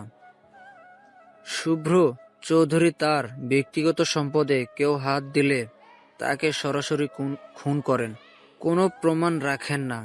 এই খেলাটা জীবন মৃত্যুর ম্যাডাম। আমি আপনার সম্মান রক্ষা করতে পারি, কিন্তু আপনার মুক্তি দিতে পারি না। মিতুলের কথা শুনে শূন্যতার সমস্ত আশা মুহূর্তের মধ্যে ভেঙে গেল। সে বুঝল মিতুল ও শুভ্রর হাতের পুতুল মাত্র। পার্থক্য শুধু এই যে মিতুল এই খেলার নিয়মগুলো জানে। আমার কাজ হলো আপনাকে সুরক্ষিত রাখা, যাতে শুভ্র ফিরে এসে আপনাকে অক্ষয় অবস্থায় পায়। তাই আপাতত চুপ থাকুন এবং আমার কথা মেনে চলুন। আমি আপনাকে আশ্বাস দিচ্ছি, আমার হেফাজতে আপনার ওপর কোনো অত্যাচার হবে না, কিন্তু পালানোর চেষ্টা করলে পরিণতি ভালো হবে না। এই কথা বলেই মিতুল এক মুহূর্তের জন্য শূন্যতার হাত ধরল, যেন তাকে সান্ত্বনা দিতে চাইল। শূন্যতার হাত ছিল বরফের মতো ঠান্ডা। মিতুল দ্রুত তার হাত ছেড়ে দিল এবং ইন্টারকমের দিকে এগিয়ে গেল। আমি বাইরে গার্ডদের সঙ্গে কথা বলে আসছি। শুভ্রর ফিরে আসার আগ পর্যন্ত আপনি এখানেই থাকবেন। শান্ত থাকুন। মিতুল ঘর থেকে বেরোতেই শূন্যতা আবার সেই একাকিত্বে ডুবে গেল। কিছুক্ষণ পর যখন শুভ্র ফিরে এলো, তখন তার চেহারায় স্পষ্ট ছিল তীব্র ক্রোধ এবং পরাজয়ের গ্লানি। তার ব্যবসায়িক ক্ষতি তাকে অস্থির করে তুলেছিল। সে সোজা এসে শূন্যতার সামনে দাঁড়ালো। তুমি ঠিকই বলেছিলে শূন্যতা, আমার ব্যক্তিগত খেলায় আমার সাম্রাজ্যের ক্ষতি হচ্ছে। শুভ্রর কণ্ঠস্বর ছিল ভারী এবং শীতল। শূন্যতা ভয়ে কাঁপতে শুরু করল। তার মনে হলো শুভ্রর সমস্ত রাগ এখন তার ওপর পড়বে। আমি আপনাকে আগেই বলেছিলাম আমাকে যেতে দিন। যেতে দেব? এখন তো তোমাকে আরো বেশি করে আটকে রাখার প্রয়োজন। আমার জীবনে যখনই কোনো ক্ষতি হয় আমি তার মূল্য অন্য জায়গা থেকে তুলে নেই। ঠিক তখনই শুভ্রর চোখ পড়ল টেবিলের ওপর রাখা কফি মগের পাশে শূন্যতার দুধের গ্লাসের দিকে। সে দেখল দুধের গ্লাসটি অর্ধেক ভর্তি, তার মানে শূন্যতা শান্তভাবে দুধ খেয়েছে। কিন্তু তার চোখে তখন অন্য এক দৃশ্য ভাসছিল। মিতুল শূন্যতার হাত ধরে আছে, তাকে সান্ত্বনা দিচ্ছে। শুভ্রর মাথায় যেন আগুন ধরে গেল। তুমি শান্ত হয়ে দুধ খেয়েছ? তুমি মিতুলের সঙ্গে কথা বলেছ? মিতুল সাহেব, শুধু কথা না, সে তোমাকে ছুঁয়েছে? আমি বাইরে থাকা অবস্থায় অন্য কেউ আমার সম্পত্তিতে হাত দেবে? শুভ্রর চোখ রক্তবর্ণ হয়ে উঠল। শুভ্র ক্রোধে উন্মত্ত হয়ে উঠল। তার সমস্ত রাগ, ব্যবসায়িক ব্যর্থতা এবং ভেতরে জমে থাকা শূন্যতা সবকিছু যেন শূন্যতার ওপর আছড়ে পড়ল। মিতুলের সঙ্গে শূন্যতার সামান্য স্পর্শ শুভ্রর মনে তার অধিকার বোধকে চরমভাবে আহত করল। তুমি আমার সম্পদ, আমার নিয়ন্ত্রণে থাকবে। শুভ্র কোনো কথা না বলেই শূন্যতার নরম গাল লক্ষ্য করে সপাটে চড় মারল। সেই আঘাতের তীব্রতায় শূন্যতা ছিটকে বিছানার উপর পড়ে গেল। তার গালেই মুহূর্তেই লাল হয়ে উঠল, চোখ থেকে গড়িয়ে এলো জল। সাহেব কি করছেন? শুভ্র থামল না। সে বিছানার দিকে ঝুঁকে শূন্যতার বাহু শক্ত করে চেপে ধরল। তার চোখে তখন কোনো মানবতা নেই, শুধু উন্মত্ত পশুত্ব। সে শূন্যতার চুল ধরে টেনে তুলল। আমার সম্পদকে কেউ ছুতে পারে না। আমার এই শরীর, তোমার এই শরীর আমার, আমি এর দাম দিয়েছি। শুভ্র শূন্যতার শরীরে একের পর এক আঘাত হানল। শূন্যতার আর্তনাদ গাড়ির মতো বাইরে বেরোতে পারল না। তার সমস্ত শরীর যেন যন্ত্রণায় নীল হয়ে যেতে লাগল। শুভ্রর প্রতিটি আঘাত যেন তার অতীতের ধর্ষিত হওয়ার স্মৃতিকে আরও ভয়ঙ্কর করে তুলল। একসময় সে নিস্তেজ হয়ে বিছানায় লুটিয়ে পড়ল, তার শ্বাস প্রশ্বাস ক্ষীণ। কিছুক্ষণ পর শুভ্রর রাগ কিছুটা কমল। সে শূন্যতার নিস্তেজ শরীরের দিকে তাকাল। তার শ্বাস প্রশ্বাস ছিল গভীর, যেন সে এইমাত্র এক কঠিন যুদ্ধ জয় করেছে। তার ভেতর একটা উপলব্ধি কাজ করল। এই নারীর ওপর তার নিয়ন্ত্রণ এতটাই নাজুক যে সামান্য মিতুলের স্পর্শেই তা ভেঙে যেতে পারে। কেবল শারীরিক দখলদারিত্বে আর কাজ হবে না। সম্পত্তিকে শুধু কিনে নিলে হয় না, তাকে আইনি বাঁধনে বাঁধতে হয়। তাহলে আর কেউ তাকে ছুঁতে পারবে না, এমনকি মিতুলও নয়। শুভ্র দ্রুত ইন্টারকম হাতে নিল। তার কণ্ঠস্বর ছিল শান্ত কিন্তু কঠিন, যেন আগের মুহূর্তের তাণ্ডব তার মধ্যে ছিল না। মিতুল, এখনই রুমে এসো। মিতুল দ্রুত ঘরে ঢুকল। সে শূন্যতার আঘাতপ্রাপ্ত শরীরের দিকে তাকিয়ে ভয়ে স্থির হয়ে গেল, কিন্তু সে কোনো প্রশ্ন করল না। শোনো মিতুল, আমি আমার প্রজেক্টের সুরক্ষার জন্য একটি চূড়ান্ত সিদ্ধান্ত নিয়েছি। আজ রাতের মধ্যে আমি সব ব্যবস্থা করব। কঠিন চোখে শূন্যতার দিকে তাকিয়ে। কাল সকালের মধ্যে আমি শূন্যতাকে বিয়ে করব, আইনিভাবে, সামাজিক বাধার তোয়াক্কা না করে। মিতুল, তুমি সব ব্যবস্থা করবে, কাজী, রেজিস্ট্রি, সবকিছু যেন প্রস্তুত থাকে। মিতুল হতবাক হয়ে শুভ্রর দিকে তাকিয়ে রইল। সে জানত শুভ্র চৌধুরী যখন কোনো সিদ্ধান্ত নেয় তখন তা পর্বত প্রমাণ কঠিন হয়। কিন্তু মিস্টার চৌধুরী, হঠাৎ এই পরিস্থিতিতে? এই পরিস্থিতিতেই আমার সাম্রাজ্যের জিনিস কেউ ছুলে আমি তাকে শাস্তি দেই, আর আমার সম্পত্তি চুরি হলে আমি তাকে চিরতরে আমার করে নেই। শূন্যতা আর এক রাতের সঙ্গী নয়, সে হবে আমার স্ত্রী, আমার একান্ত সম্পত্তি, যা আইন দ্বারা সুরক্ষিত থাকবে। শুভ্র আবার শূন্যতার দিকে তাকালো, যে তখনও যন্ত্রণায় কাতরাচ্ছিল। তুমি আমার স্ত্রী হবে শূন্যতা, আর আমার স্ত্রী হলে তোমাকে আর কেউ ছুঁতে পারবে না। তুমি সম্পূর্ণরূপে আমার নিয়ন্ত্রণে থাকবে। তোমার প্রতিবাদ, তোমার স্বাধীনতা, সবকিছু কাল থেকে আমার হাতে চলে আসবে। শূন্যতা নিস্তেজভাবে চোখ খুলল। তার সমস্ত শরীর জুড়ে তীব্র ব্যথা, কিন্তু তার মন বুঝতে পারল এই বিয়ে শুভ্রর কাছে ভালোবাসা নয়, কেবল তার দখলদারিত্বের চরম এবং শেষ ধাপ। সে এখন শুভ্র চৌধুরীর সাম্রাজ্যের এক স্থায়ী শিকলবন্দী হবে। শুভ্রর ঘোষণা যেন শূন্যতার ক্ষতবিক্ষত শরীরের ওপর নতুন এক আঘাত হানল। এই বিয়ে কোনো মুক্তি নয়, বরং সারা জীবনের জন্য শুভ্রর হাতে বন্দী হওয়ার চূড়ান্ত দলিল। মিতুল রয় মাথা নিচু করে শুভ্রর আদেশ গ্রহণ করল। আমি প্রস্তুত করছি মিস্টার চৌধুরী, কিন্তু নয় মিতুল, তুমি জানো আমি কি চাই। যাও। মিতুল দ্রুত ঘর থেকে বেরিয়ে গেল। দরজা বন্ধ হতেই ঘরে নেমে এলো পিন পতন নীরবতা, যা কেবল শূন্যতার ক্ষীণ কান্নার শব্দে মাঝে মাঝে ভাঙছিল। শুভ্র তার আগ্রাসী মেজাজ শান্ত করে শূন্যতার দিকে তাকাল। তার চোখে তখন দখলদারিত্বের পাশাপাশি এক অদ্ভুত স্থিরতা। কাঁদো না শূন্যতা, তোমার এই কষ্ট আমার কাছে নতুন নয়। তোমাকে বুঝতে হবে এই বিয়ে তোমারও প্রয়োজন। ক্ষীণ স্বরে। কিসের প্রয়োজন? আরও অত্যাচার, আরও অপমান? আমি আপনার সঙ্গে এই নোংরা বাঁধনে জড়াতে চাই না। শুভ্র ধীরে ধীরে বিছানার কাছে বসল। তার কণ্ঠস্বর এখন অনেকটাই শান্ত, কিন্তু তার চোখের শীতলতা বিন্দুমাত্র কমেনি। সে শূন্যতার মুখের আঘাতপ্রাপ্ত দিকটি দেখল। তার ভেতরের এক অংশ যেন সামান্য হলেও অপরাধ বোধে বিদ্ধ হল, কিন্তু সে দ্রুত সেই অনুভূতিকে দমন করল। নোংরা বাঁধন? তুমি ভুলে যাচ্ছ এই বাঁধনই তোমার সমাজের চোখে তোমাকে সুরক্ষা দেবে। আমার স্ত্রী হওয়ার পর আর কোনো মিতুল বা অন্য কেউ তোমাকে ছুতে সাহস পাবে না। তুমি আমার অধীনে থাকবে, আর আমি হব তোমার একমাত্র রক্ষাকর্তা। শুভ্র খুব সন্তর্পণে শূন্যতার এলোমেলো চুলগুলো সরিয়ে দিল। সেই স্পর্শে শূন্যতা কেঁপে উঠল, কিন্তু সরে যাওয়ার শক্তি তার ছিল না। সুরক্ষা আপনার থেকে? যে মানুষটা আমাকে মেরে ফেলতে পারে সে কিসের সুরক্ষা দিবে? আমি তোমাকে মারিনি শূন্যতা, আমি আমার ক্রোধ এবং আমার অধিকার প্রতিষ্ঠা করেছি। আর আমার অধিকার প্রতিষ্ঠা হলে আমি আমার সম্পত্তির যত্ন নেই। আমি তোমার সেই অতীত মুছে ফেলতে পারবো না, কিন্তু ভবিষ্যৎ নিয়ন্ত্রণ করতে পারবো। শুভ্র এবার শূন্যতার পাশে বিছানায় গা এলিয়ে দিল। তার নৈকট্য শূন্যতার ভেতরে তীব্র ভয় সৃষ্টি করল। তার সমস্ত শরীর শিউরে উঠল। আজ রাতে তুমি ঘুমাও শান্তিতে, তোমার শরীরের ক্ষতগুলো শুকাতে দাও। কাল সকালে তুমি যখন আমার স্ত্রী হবে, তখন আমাদের সম্পর্কটা কেবল শারীরিক হবে না, বরং হবে অধিকারের এবং নিয়ন্ত্রণের। আমার সাম্রাজ্যের প্রতিটা কিছুর উপর আমার যেমন অধিকার, ঠিক তেমনি তোমার উপরও। শুভ্র ধীরে ধীরে শূন্যতাকে নিজের বাহুর মধ্যে টেনে নিল।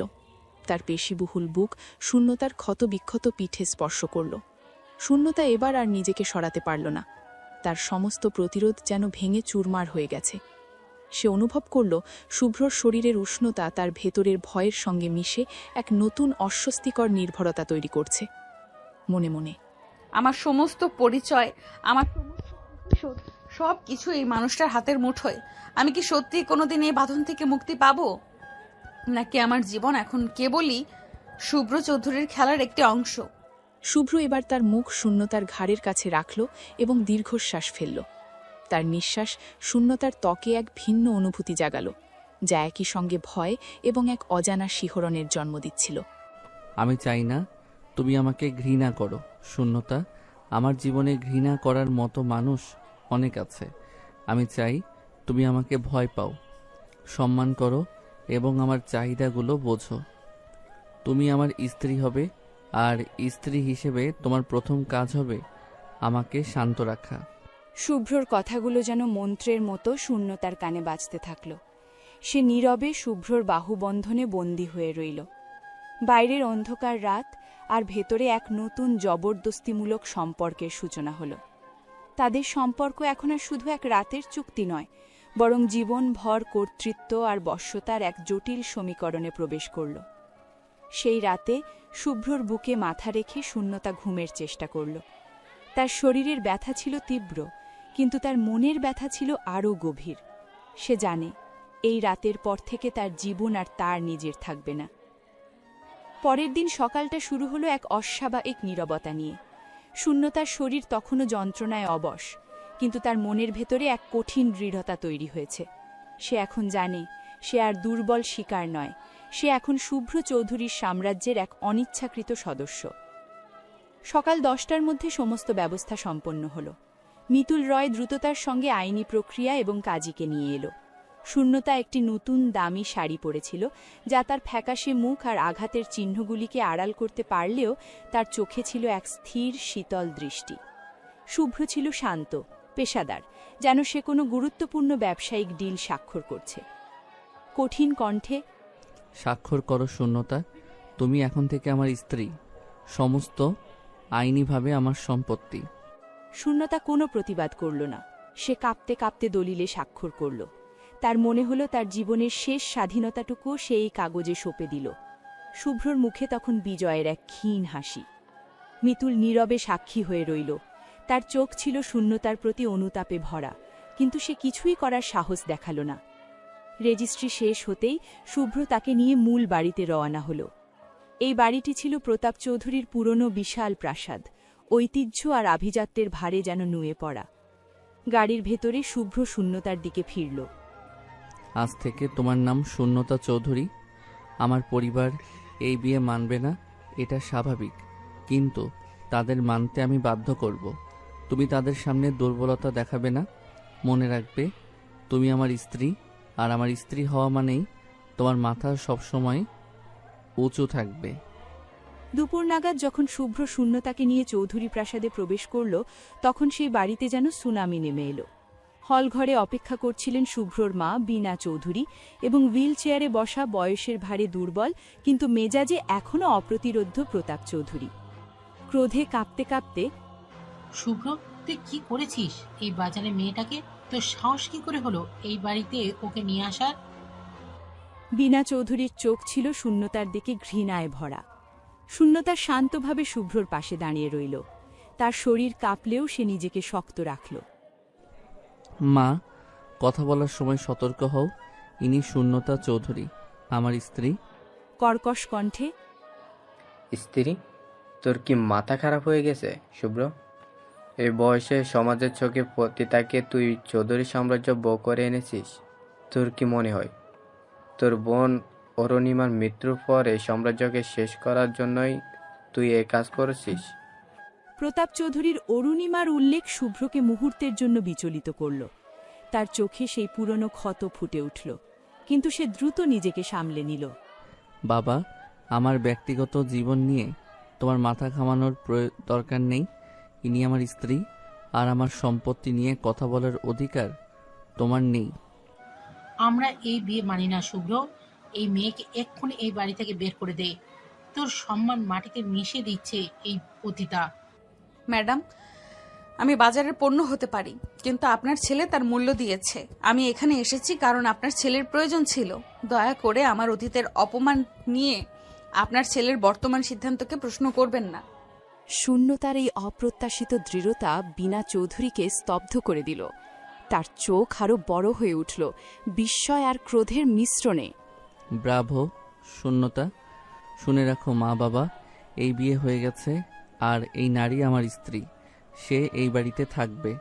তার কোনো অপমান আমি সহ্য করব না। যদি কেউ তার সঙ্গে খারাপ ব্যবহার করে, তবে সে আমার সম্পত্তি থেকে তার সমস্ত অধিকার হারাবে।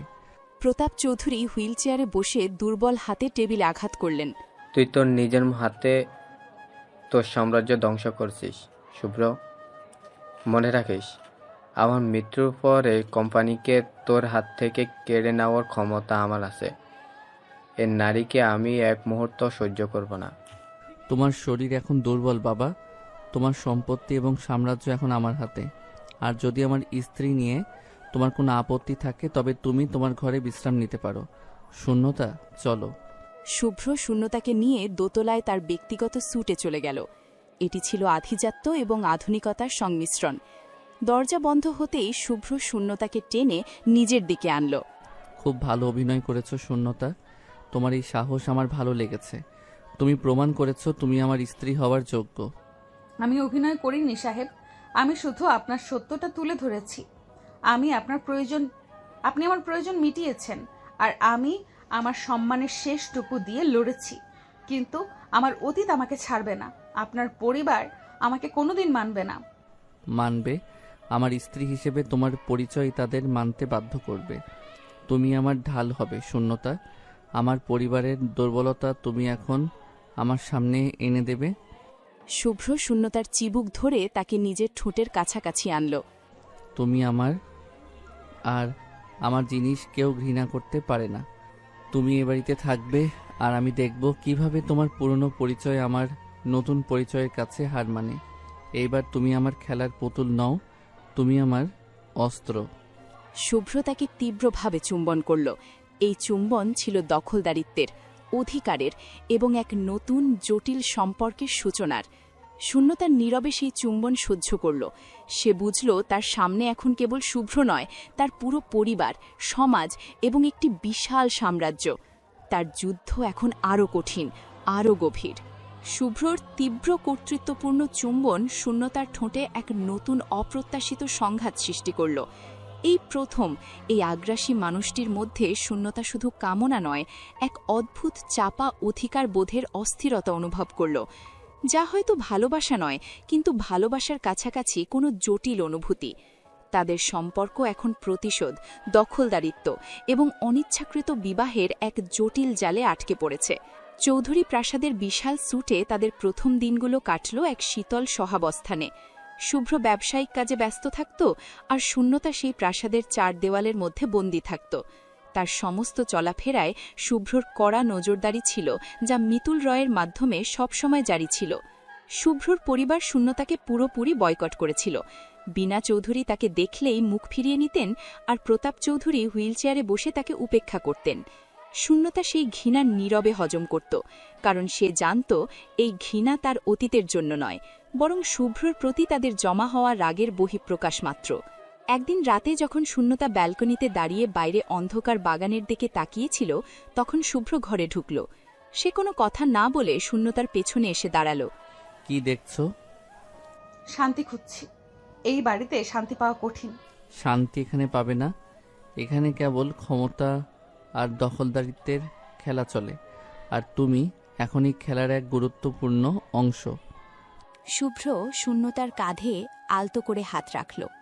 এই স্পর্শ আগের মতো আগ্রাসী ছিল না, বরং ছিল কিছুটা সতর্ক, যেন সে শূন্যতার শারীরিক ও মানসিক ক্ষতকে অনুভব করতে চাইছে।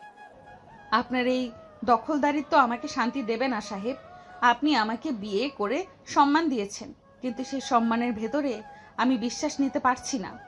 আমি তোমাকে শ্বাস নেওয়ার স্বাধীনতা দেব যদি তুমি প্রমাণ করো যে তুমি শুধু আমারই।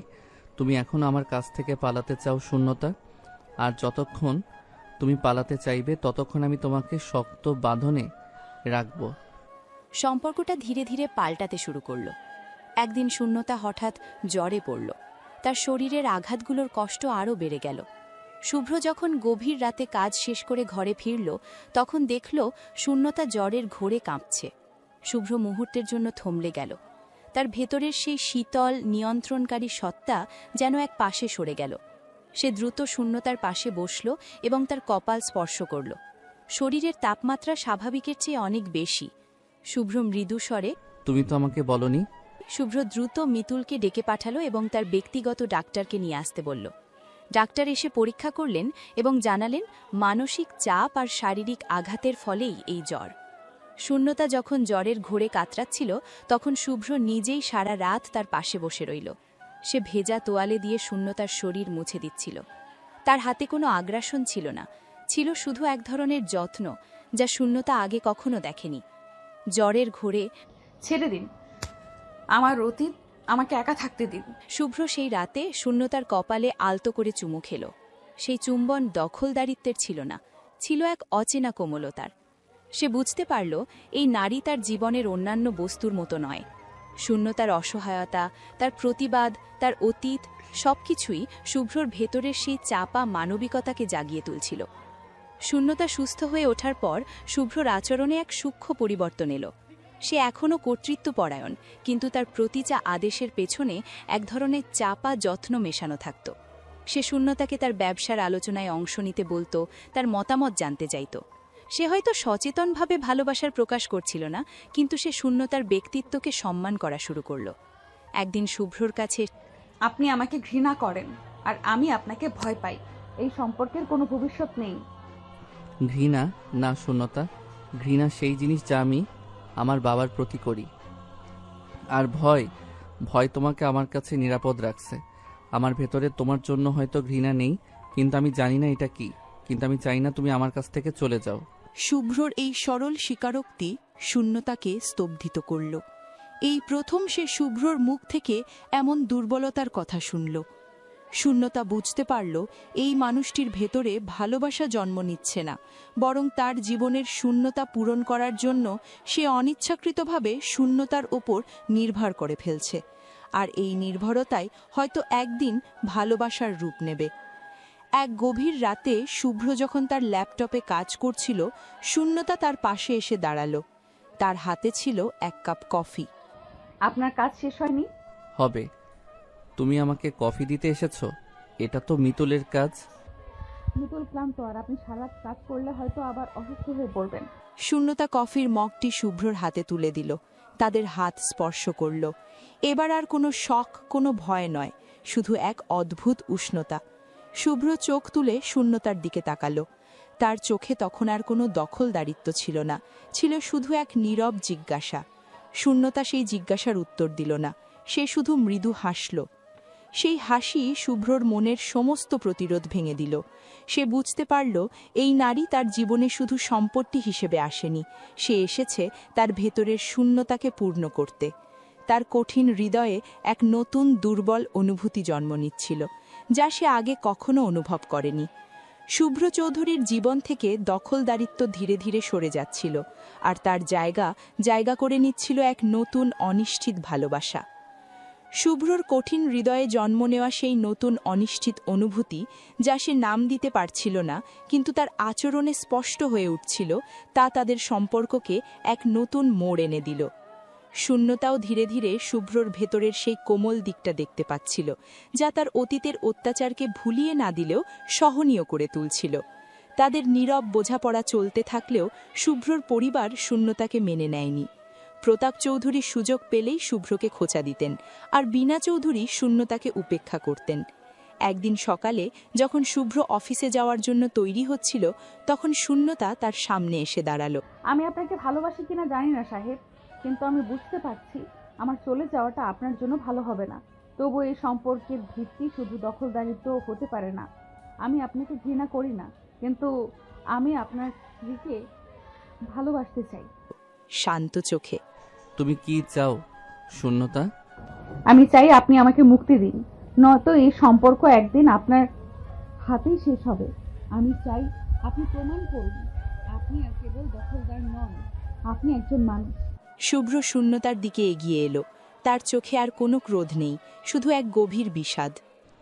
আমি তোমাকে ভালোবাসি কিনা তা আমার জানা নেই, কিন্তু আমি জানি তোমাকে ছাড়া আমার জীবনে আবার সেই পুরনো শূন্যতা ফিরে আসবে। তুমি আমার জীবনের সেই অংশ যা আমি কোনোদিন পূরণ করতে পারিনি। শুভ্র কিছুক্ষণ নীরব রইল, তারপর এক দীর্ঘশ্বাস ফেলে একটি সিদ্ধান্ত নিল, যা তার জীবনের সবচেয়ে কঠিন ছিল। আমি তোমাকে মুক্তি দেব শূন্যতা। তুমি আমার স্ত্রী, আমার সম্পদ, তবুও আমি তোমাকে যেতে দেব। যদি তুমি মনে করো যে আমার থেকে দূরে থাকাটাই তোমার শান্তি, তবে তাই হবে। শূন্যতা বিশ্বাস করতে পারল না, তার চোখে জল ভরে এলো, কিন্তু এবার আর ভয়ের নয়, অপ্রত্যাশিত মুক্তির। সত্যি বলছেন? হ্যাঁ, তবে একটি শর্ত আছে। আমি তোমাকে আর কোনোদিন বাধ্য করব না, কিন্তু তোমাকে এই বাড়িতে থাকতে হবে আমার স্ত্রী হিসেবে নয়, আমার বন্ধু হিসেবে। তুমি তোমার কাজ করো, সেলাই করো, যা খুশি করো, কিন্তু আমার জীবন থেকে তুমি সম্পূর্ণভাবে চলে যেও না। যদি কোনোদিন মনে হয় তুমি আমাকে ভালোবাসতে পারো, তবে ফিরে এসো। শূন্যতা প্রথমে রাজি হতে পারছিল না, কিন্তু শুভ্রর চোখের যন্ত্রণা তাকে দুর্বল করে দিল। সে দেখল শুভ্র তার সমস্ত অহংকার ত্যাগ করে তার কাছে দুর্বলতা প্রকাশ করছে। আমি রাজি, কিন্তু আমার অতীতের জন্য আপনার পরিবারকে আঘাত করা আমি মেনে নিতে পারব না। আমি প্রমাণ করব আমি আপনার সাম্রাজ্যের জন্য কোনো ক্ষতি নই। শূন্যতার সেই দিনের পর চৌধুরী প্রাসাদের পরিবেশ ধীরে ধীরে পাল্টাতে শুরু করল। শূন্যতা শুভ্রর দেওয়া মুক্তিতে তার পুরনো সেলাইয়ের কাজ শুরু করল। সে প্রাসাদের কর্মচারীদের সঙ্গে ভালো ব্যবহার করত, প্রতাপ চৌধুরীর দেখাশোনা করত, আর বীণা চৌধুরীর সঙ্গে দূরত্ব বজায় রাখত। শূন্যতার এই পরিবর্তন শুভ্রর মনে এক নতুন অনুভূতি জাগালো। সে দেখল শূন্যতা এখন আর তার বন্দী নয়, বরং তার জীবনটাকে স্বাভাবিক করার চেষ্টা করছে। শুভ্র তার প্রতি আর কোনো শারীরিক আগ্রাসন দেখাতো না। সে রাতে শূন্যতার ঘরের দরজায় টোকা দিয়ে শুধু গল্প করত, তার কাজের খোঁজ নিত। তাদের সম্পর্ক দখলদারিত্বের বাঁধন ছিঁড়ে বন্ধুত্বের দিকে এগোতে থাকল। একদিন বিকেলে যখন শূন্যতা একমনে সেলাই করছিল, তখন বীণা চৌধুরী তার ঘরে এলেন, কুণ্ঠিত কণ্ঠে। তুমি তুমি নাকি প্রতাপের ওষুধের সময়গুলো মনে করিয়ে দিচ্ছ?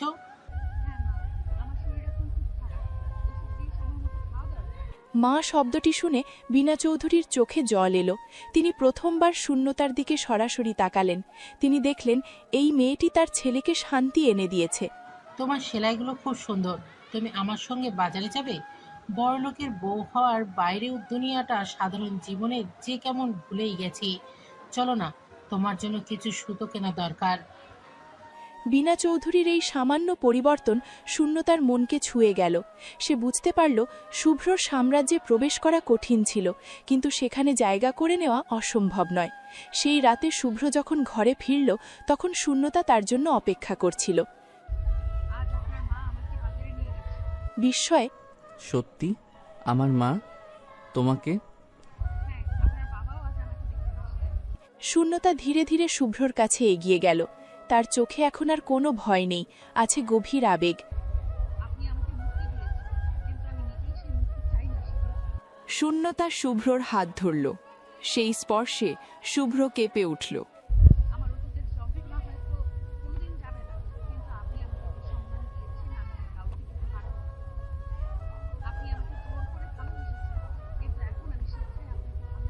শুভ্র শূন্যতার দিকে তাকালো।